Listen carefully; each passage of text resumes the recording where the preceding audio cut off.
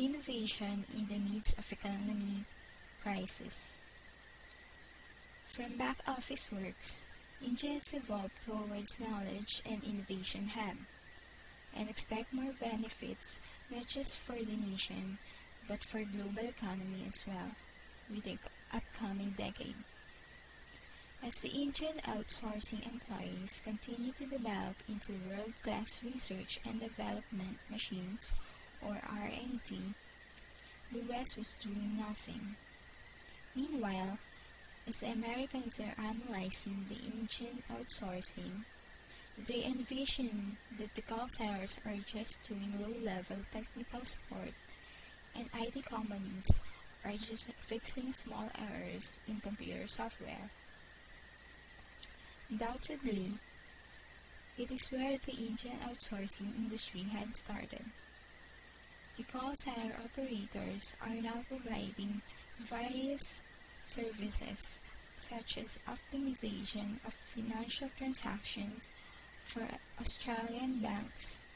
They are now helping to enhance patient care for United States hospitals and for European engineering firms. They assemble parts management.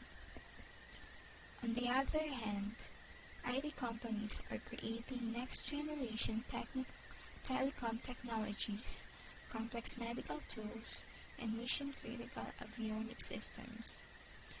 India has quickly developed into innovation hub and global knowledge, in spite of the limitations dictated by the region's weak infrastructure and obsolescent education system.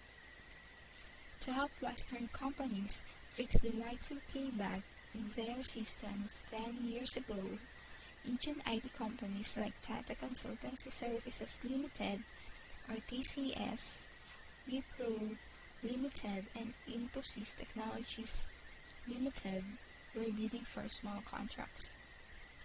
Their customers didn't have the skills to fix the problems.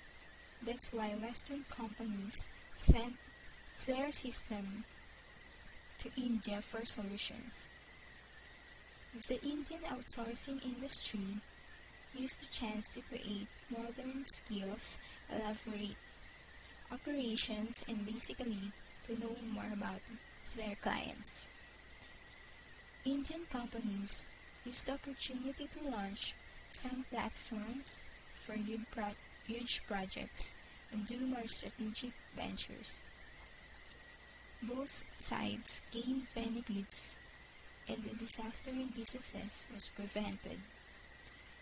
India graduated only 76,000 engineers in 1999, and most of them did not get high quality education.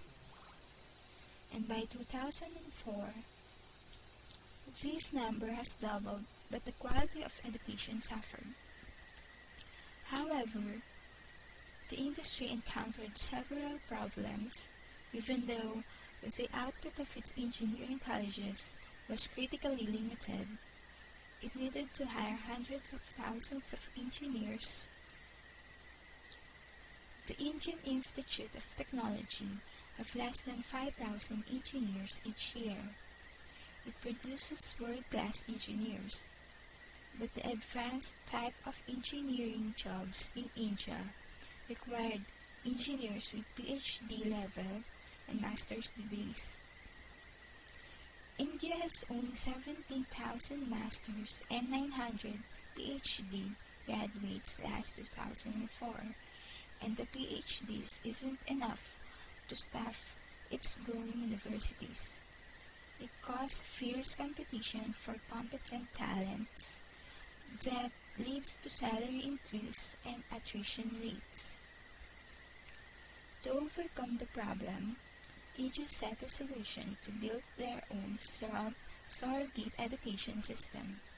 Some companies have created a capability to get the output of a weak education system and teach these workers to become R&D specialists who can face the global market.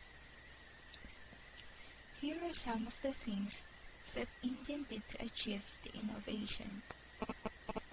They hire competent employees, give training for workers, and they give continuous employee development. Aside from that, they also conduct managerial development and performance management.